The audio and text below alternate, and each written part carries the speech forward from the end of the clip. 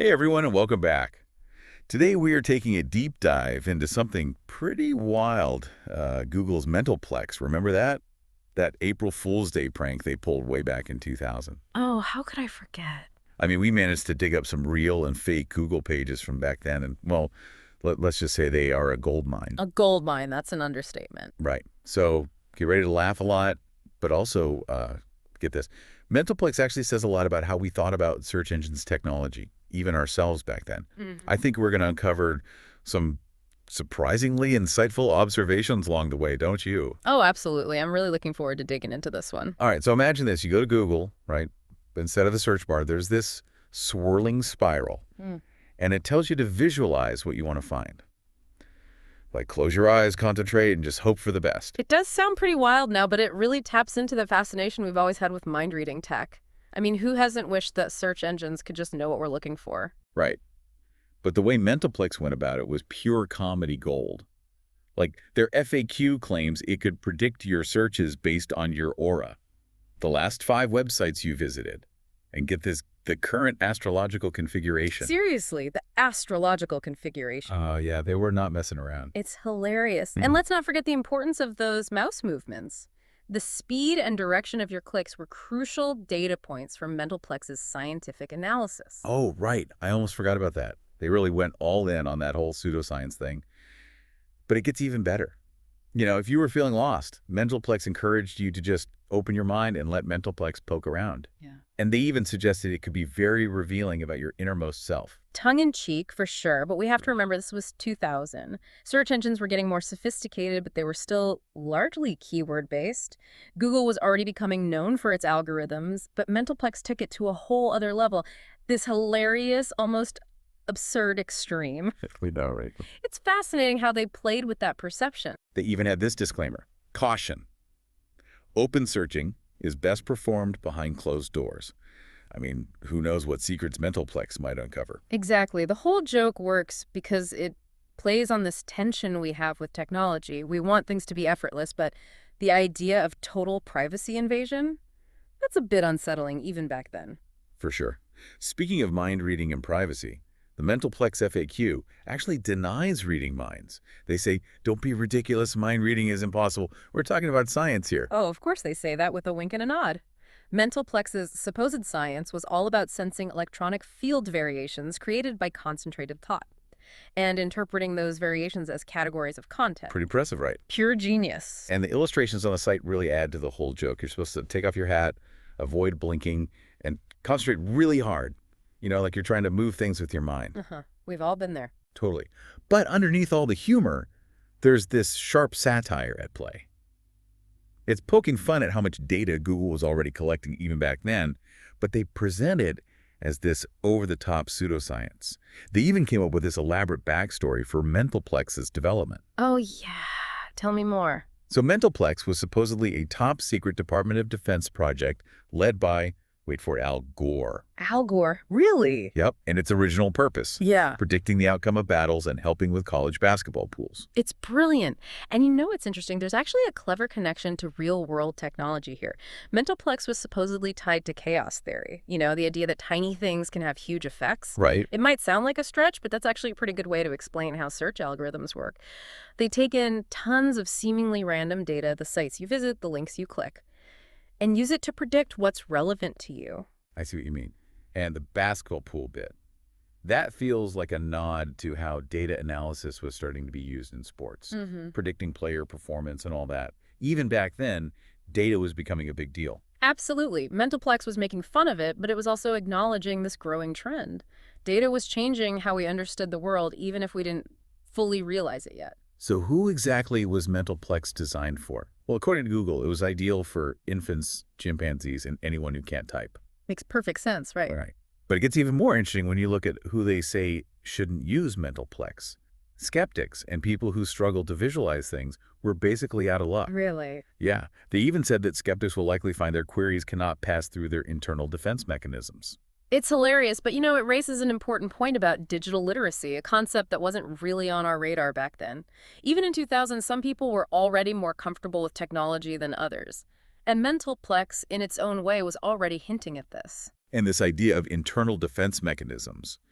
It almost foreshadows how personalized search results can create filter bubbles, where we only see information that confirms our existing beliefs. That's something we're still grappling with today. It really is. MentalPlex might have been a joke, but it was a joke that tapped into some deep-seated anxieties and trends that were already shaping the internet. Okay, now we have to talk about the MentalPlex troubleshooting section. This is where it gets really wild. Like if MentalPlex keeps showing you baby stuff, maybe your infant is too close to the monitor or you need counseling. That's classic. Or how about this? If you can't visualize clicking, try pushing the mouse button with your eyebrow.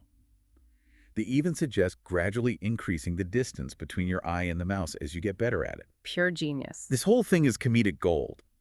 But as we've seen, there are some surprisingly insightful observations lurking beneath the surface. What do you think? Is there a bigger takeaway here? What does this all tell us about that time period? I think MentalPlex was brilliant on multiple levels. It made us laugh at ourselves and at our relationship with technology, something that was rapidly changing at the time. But it also raised important questions about the future of search. How personalized would it become? What are the ethical implications of algorithms that seem to know us better than we know ourselves? Interesting. It really is remarkable how much foresight Google seemed to have with MentalPlex. It really is. And you have to remember the context, you know? MentalPlex wasn't just some random prank. It was released on April Fool's Day 2000. Ah, yes, the year 2000, Y2K, the dot-com bubble. It was a time of incredible techno-optimism, but also a lot of anxiety about what the future held. Precisely, the internet was changing everything, how we lived, worked, accessed information, and search engines were at the forefront of that revolution. They were becoming more powerful by the day, but there were also these growing concerns, about privacy data security, the power these tech companies were accumulating. So MentalPlex was tapping into that cultural zeitgeist, that mix of excitement and uncertainty about the digital world. Absolutely. It was a way for Google to poke fun at itself and the entire tech industry, but at the same time, they were acknowledging those very real anxieties. It was like they were saying, look, we know search is getting complex, maybe even a little creepy, but we're not actually reading your minds yet. It was a clever way to kind of demystify search algorithms while also satirizing the hype surrounding them. Exactly. And it Yeah. worked brilliantly. People loved it. MentalPlex went viral, even though going viral meant something completely different back then. I bet. News outlets picked it up, blogs discussed it. Everyone seemed to be in on the joke. I bet it generated a ton of buzz for Google itself. I mean, who wouldn't want to try the mind-reading search engine? Even if they knew it was a prank, it's like free advertising. Yeah, for sure. It was a brilliant marketing tactic disguised as an April Fool's Day joke. It reinforced Google's image as innovative, playful, even a little bit ahead of its time. And most importantly, it got people thinking about the possibilities of search in a way that no traditional ad campaign ever could. So in a way, MentalPlex was both a reflection of its time and a prediction of what was to come. It captured the anxieties and aspirations we had about technology. Absolutely. Think about it today. We have voice assistants, personalized recommendations, algorithms that seem to know us better than we know ourselves. The line between science fiction and reality has blurred significantly. It's almost eerie how much MentalPlex foreshadowed the world we live in today. It really is, of course. It's crucial to remember that MentalPlex was ultimately a joke. Google wasn't claiming to have mind-reading technology back then, but it did raise some important ethical questions that are even more relevant today. Like what kinds of questions? Give us some examples. Well, for one, the issue of consent. How much data are we willing to share in exchange for convenience? And Right. who gets to access that data? These questions were already swirling around in 2000. And MentalPlex, in its own humorous way, brought them to the forefront. Those are big questions, and they're not getting any easier to answer as technology advances. You're absolutely right, but they're questions we need to keep asking ourselves as technology continues to evolve. What are the trade-offs we're making? What are the potential consequences of giving up more and more of our data? So while MentalPlex was this lighthearted prank, it also had this serious side. It forced us to confront these emerging ethical dilemmas. Definitely, it was a reminder that technology is a double-edged sword. It can be incredibly powerful and beneficial, but it also has the potential to be misused, even harmful if we're not careful. It's up to us to use it wisely and ethically. That's a powerful message, and something we tend to forget in our excitement over the latest gadgets and innovations. MentalPlex, even as a joke, reminds us to pause and consider the bigger picture. It does, and sometimes humor is the best way to approach complex and potentially unsettling topics. It allows us to explore different perspectives, challenge our assumptions without feeling overwhelmed or defensive. MentalPlex gave us that space to laugh at ourselves and the absurdities of the digital world. but also prompting us to think critically about where all of this was headed. In a way, it was ahead of its time. Okay, I think we've covered a lot of ground here. Is there anything else we should touch on before we move on to the final part of our deep dive into MentalPlex? I think we've hit the key points. We've explored the humor, the cultural context, some of the surprisingly insightful observations that MentalPlex offered, but there's one question that keeps coming back to me, and I think it's one our listeners might be wondering about too. I'm all ears. What's the question? Could something like MentalPlex actually exist one day? Could we actually have a search engine that truly reads our minds and gives us exactly what we want, no matter how vague or complex our thoughts might be? Ooh, that's a great question. And honestly, a little bit scary. I guess we'll have to dive into that in the final part of our deep dive. We will join us next time as we explore the future of search and the tantalizing possibilities and potential perils of mind-reading technology.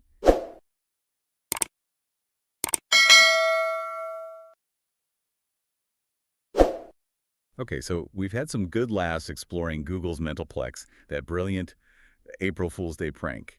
We've unpacked its historical context, but now let's get to the question that's been lingering. Could a mind-reading search engine actually become a reality? It sounds like something straight out of science fiction, but is it really that far-fetched? Well, it might be closer than you think. Neuroscience and AI are advancing at an incredible pace.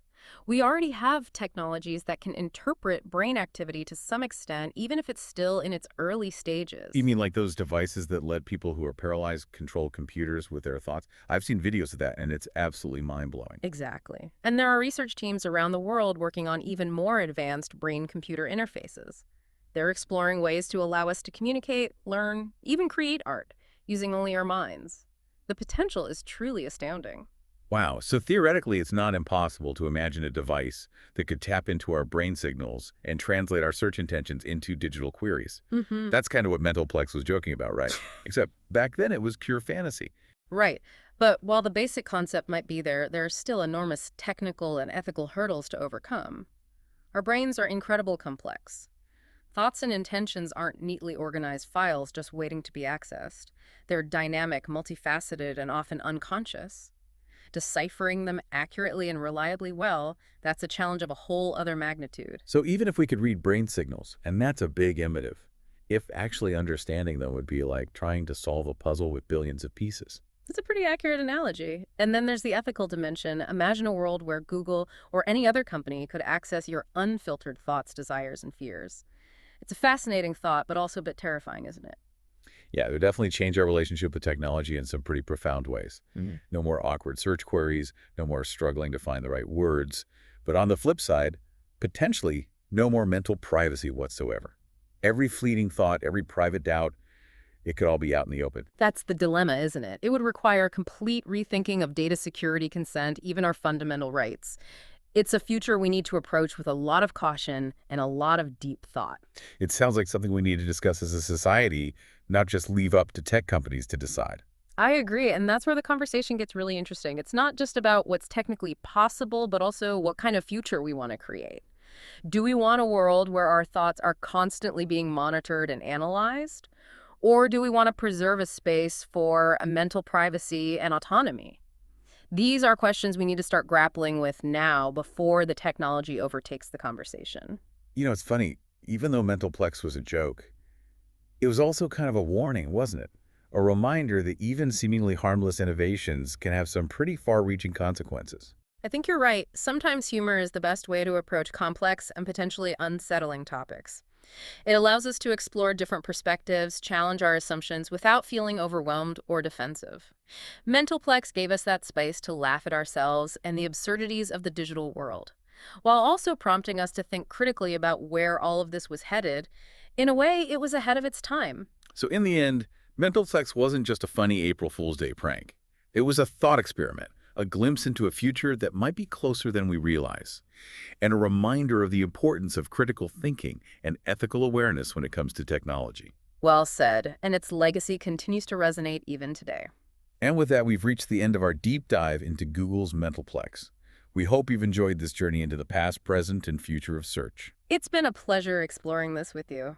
But before you go, think about all the data you generate online every day, your searches, your social media posts, your location data. Where's the line between convenience and control? between personalized experiences and sacrificing your privacy? These are questions we all need to grapple with as we navigate the digital world.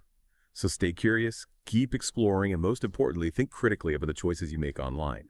Until next time.